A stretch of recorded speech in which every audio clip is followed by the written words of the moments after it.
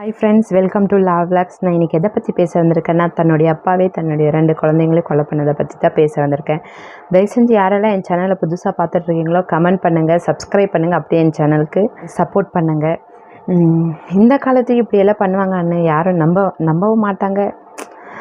நினச்சி பார்க்கவே ரொம்ப கஷ்டமாக இருக்குது. ஏன்னா குழந்தைங்கள்லேருந்து எவ்வளோ பேர் போகாத கோவில் இல்லை, பண்ணாத வேண்டுதல் இல்லை, பண்ணிக்காத ட்ரீட்மெண்ட்ஸ் இல்லை, போகாத ஹாஸ்பிட்டல் இல்லை.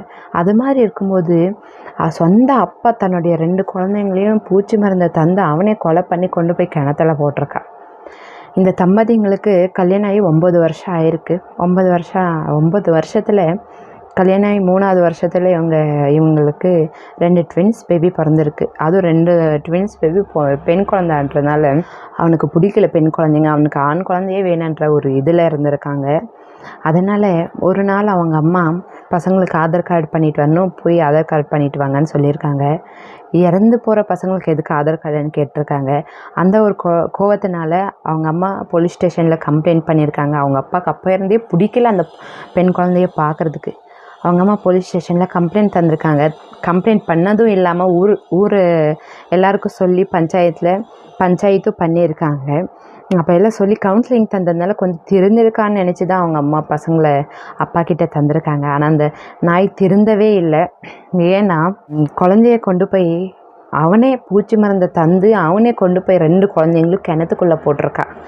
எப்படின்னா ஃபஸ்ட்டு 2 குழந்தைகளுக்கு பூச்சி மருந்தை தந்துட்டு ஃபஸ்ட்டு ஒரு குழந்தைய கொண்டு போய் கிணத்துக்குள்ளே போட்டிருக்கான், யாரும் பார்க்கலன்னு. மறுபடியும் 2வது குழந்தைய கொண்டு போய் கிணத்துல போட்டு கேஷுவலாக யாரும் பார்க்கல இல்லைன்னு மறுபடியும் 2வது குழந்தைய கொண்டு போய் கிணத்துல போட்டு அவனும் கீழே இறங்கி நாடகம் ஆடியிருக்கான். என் பொண்ணு கிணத்துல விழுந்துட்டா, அதனால் நானும் கீழே இறங்கியிருக்கேன்னு சொல்லி நாடகம் ஆடி குழந்தைய எடுக்க போயிருக்கான். பக்கத்தில் இருக்கவங்க எல்லாம் பார்த்து கேட்டிருக்காங்க, என்னாச்சு, ஏன் கிணத்துல இறங்கியிருக்கேன்னு. என் பொண்ணு தெரியாமல் கிணத்துக்குள்ளே விழுந்துட்டா, அதனால் எடுக்க வந்திருக்கேன்னு சொல்லியிருக்கான். இன்னொரு பொண்ணு எங்கன்னு கேட்டுறதுனால அந்த பொண்ணு எனக்கு தெரியல, எங்கே போயிருக்கா என்னவோன்னு தெரியலையேன்னு சொல்லியிருக்கான். அதுக்கப்புறம் இவங்க எல்லாம் சேர்ந்து அவங்க அம்மாவுக்கு சொல்லியிருக்காங்க, இது மாதிரி குழந்தை கிணத்துல விழுந்திருக்கேன்னு. அம்மா ஓடி இவனுக்கு அப்போ இருந்தே எனக்கு பெண் குழந்தை ஆயிருக்கிறது இவனுக்கு பிடிக்கல, அதனால தான் இவன் ஏதோ பண்ணியிருக்கான்னு சண்டை போட்டிருக்காங்க. அதுக்கப்புறம் பக்கத்தில் இருக்கவங்கெல்லாம் போலீஸ் ஸ்டேஷனில் கம்ப்ளைண்ட் பண்ணி போய் பார்த்தா தான் தெரியுது, இவனே 2 குழந்தைங்களுக்கும் பூச்சி மருந்தை தந்து இவனே கொண்டு போய் கிணத்துக்குள்ளே போட்டு எதுவுமே தெரியாத மாதிரி நாடகம் ஆடி இருக்கான். இந்த காலத்துலேயும் இது மாதிரியெல்லாம் இருக்கீங்கன்னா சொல்லவே அசிங்கமாக இருக்குது. ஏன்னா எவ்வளோ பேருக்கு குழந்தை இல்லைன்னு எவ்வளோ கஷ்டப்பட்டு வேண்டாத வேண்டுதல் இல்லை அவ்வளோலாம் பண்ணுறாங்க. ஆனால் உங்களுக்கு வெக்கமே இல்லாமல் குழந்தைங்களை இப்படி பண்ணுறீங்க. எவ்வளோ பேர் குழந்தை இல்லையேன்னு எவ்வளோ தவிக்கிறாங்க. குழந்தை இல்லாதவங்களுக்கு தான் தெரியும் அதோட அருமை. இருக்கிறவங்களுக்கு எனக்கு இந்த குழந்தை வேணும் அந்த குழந்தை வேணும்னு தான் சண்டை போடுறோம்.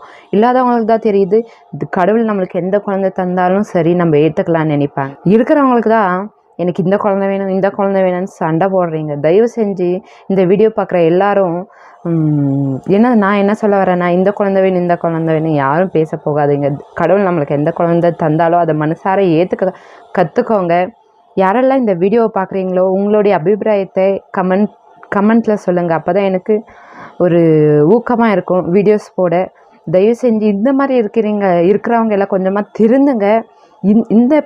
இந்த மாதிரி ஆளுக்கு தூக்கு தண்டனை தான் தரணும்னு நான் நினைக்கிறேன். உங்களுடைய அபிப்பிராயத்தை கமெண்ட் மூலமாக எனக்கு சொல்லுங்கள். தேங்க்யூ ஃபார் வாட்சிங் திஸ் வீடியோ.